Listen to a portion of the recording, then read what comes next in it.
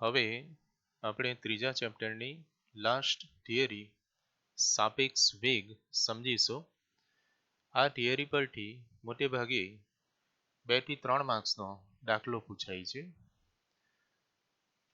તો સાપેક્ષ વેગ સમજવા માટે એક પરિમાણમાં એટલે કે x અક્ષની દિશામાં નિયમિત ગતિ કરતા બે પદાર્થો પદાર્થ A અને પદાર્થ B ના સરેરાશ વેગ ધારો કે VA અને VB છે. ધારો કે t=0 સમયે પદાર્થ A નું સ્થાન xa0 અને પદાર્થ B નું સ્થાન xb0 છે અને t સમયે તેમના સ્થાન xat અને xbt હોય તો xat xa0 પ્લસ vat અથવા આને આપણે ઉગમ બિંદુ xao પણ કહી શકીએ. એટલે ઉગમ બિંદુથી પદાર્થ A નું સ્થાન t સમય xat xao plus va into t સમીકરણ 1. તે જ રીતે પદાર્થ B નું સ્થાન xbt xb0 પ્લસ vbt સમીકરણ 2.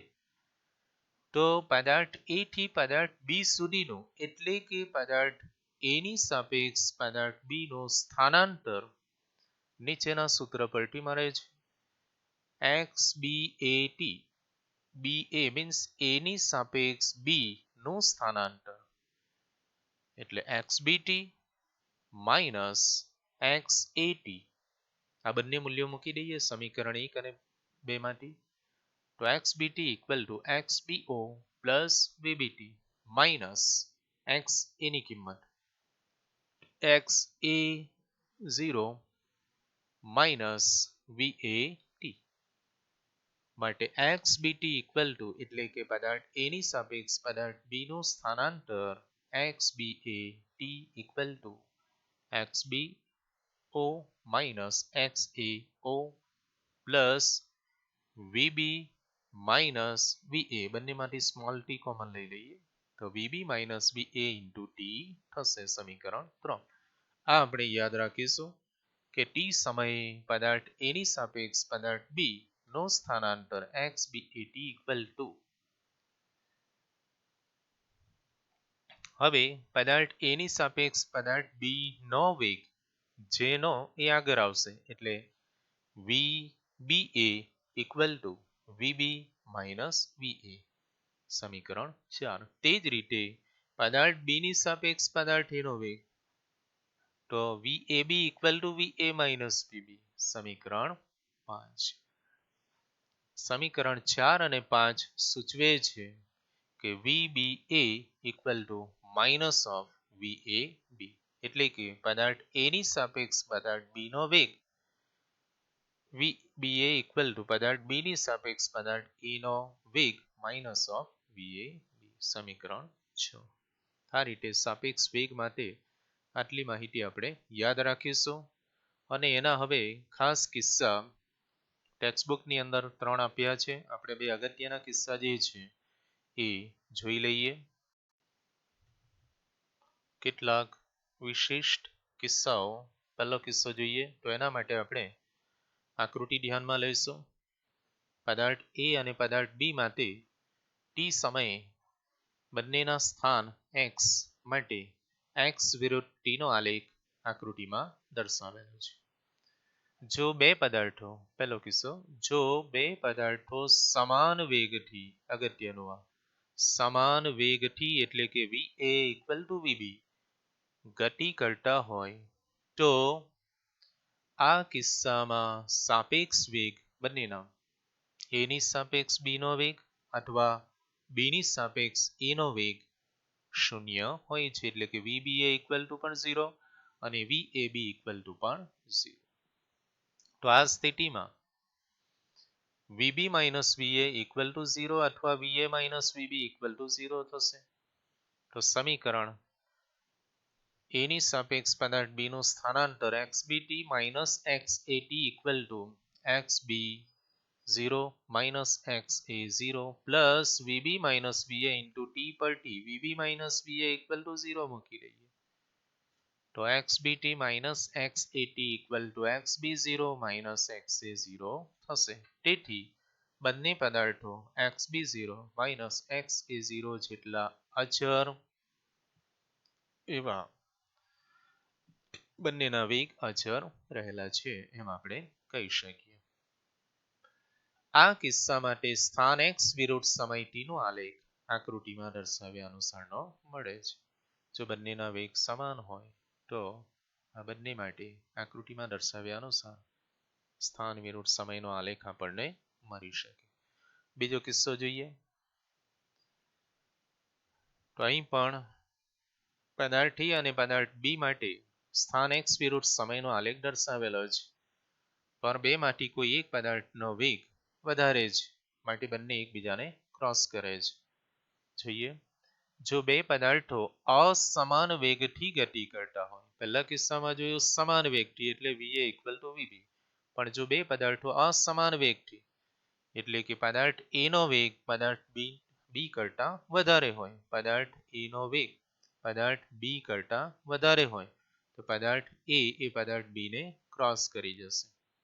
તો એ સ્થિતિમાં આકૃતિમાં દર્શાવ્યા અનુસારનો આલેખ મળશે અને VB માઇનસ VA ઋણ મળશે. અહીં VB minus VA equal to 0 મળ્યું હતું સમાન વેગ માટે, પણ અસમાન વેગ માટે VB માઇનસ BA ઋણ મળશે.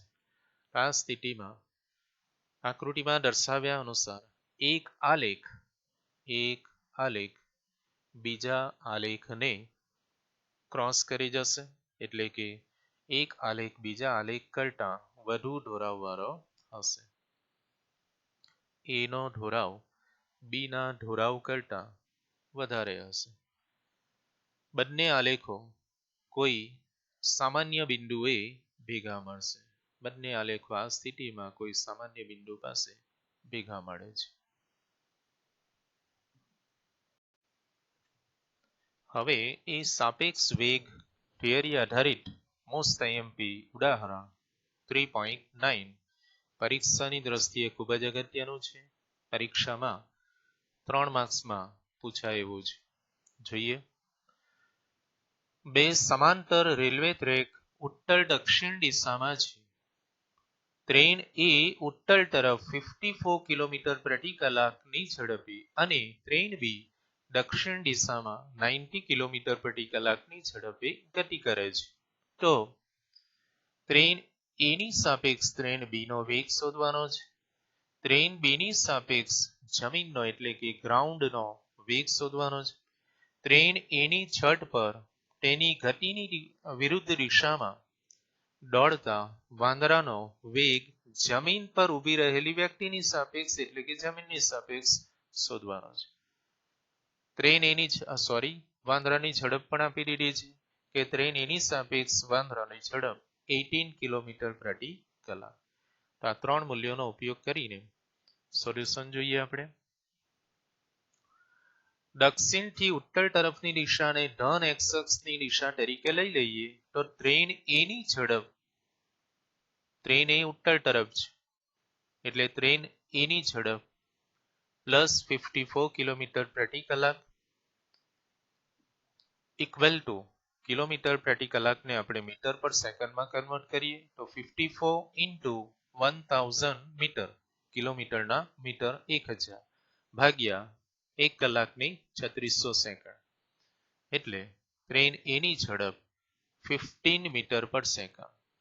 હવે ટ્રેન બી ની વાત કરીએ તો ટ્રેન બી એ દક્ષિણ દિશામાં, અને દક્ષિણ દિશાને આપણે ઋણ એક્સ અક્ષની દિશા ગણી લઈએ તો -90 કિલોમીટર પ્રતિ કલાક ઇક્વલ ટુ -90 કિલોમીટરના મીટર 1000 કલાકની સેકન્ડ 3600 એટલે ટ્રેન બી ની ઝડપ -25 મીટર પર સેકન્ડ. તો હવે પહેલા આપણે શોધવાનું છે ટ્રેન એ ની સાપેક્ષ ટ્રેન બી નો વેગ અથવા એની ઝડપ. તો એ સાપેક્ષ બી નો વેગ VBA equal to VB minus VA, VB -25 અને VA +15 પણ VA minus 15 equal to minus minus plus થશે 25 plus 15 એટલે minus 40 મીટર પર સેકન્ડ. આ આપણો પહેલો જવાબ કે ટ્રેન A સાપેક્ષ ટ્રેન B નો વેગ minus 40 મીટર પર સેકન્ડ. નંબર 2 ટ્રેન B સાપેક્ષ જમીનનો વેગ. તો B ની સાપેક્ષ જમીનનો વેગ, જમીન માટે G આપણે સંકેત લઈ લઈએ એનો સિમ્બોલ. તો VGB, G for ground, VGB equal to VG minus VB. પણ જમીન તો સ્થિર છે માટે એની ઝડપ VG equal to 0. Train B ની ઝડપ આપણને આપી દીધી છે -25 equal to minus minus plus ગુણાકારમાં 25 મીટર પર સેકન્ડ થશે. આ રીતે હવે ત્રીજું અગત્યનું જરા વ્યવસ્થિત સમજીશું એને.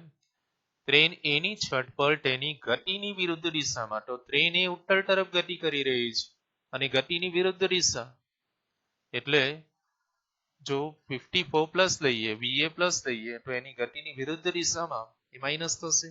માટે જમીન પર ઊભી રહેલી વ્યક્તિની સાપેક્ષ ધારો કે વાંદરાનો વેગ VM મંકી VM હોય તો આપેલ મૂલ્યોમાં ટ્રેન A ની સાપેક્ષ વાંદરાનો વેગ VMA આપી દીધો છે આપણને. કેટલી આપી છે? 18 કિલોમીટર પર કલાક.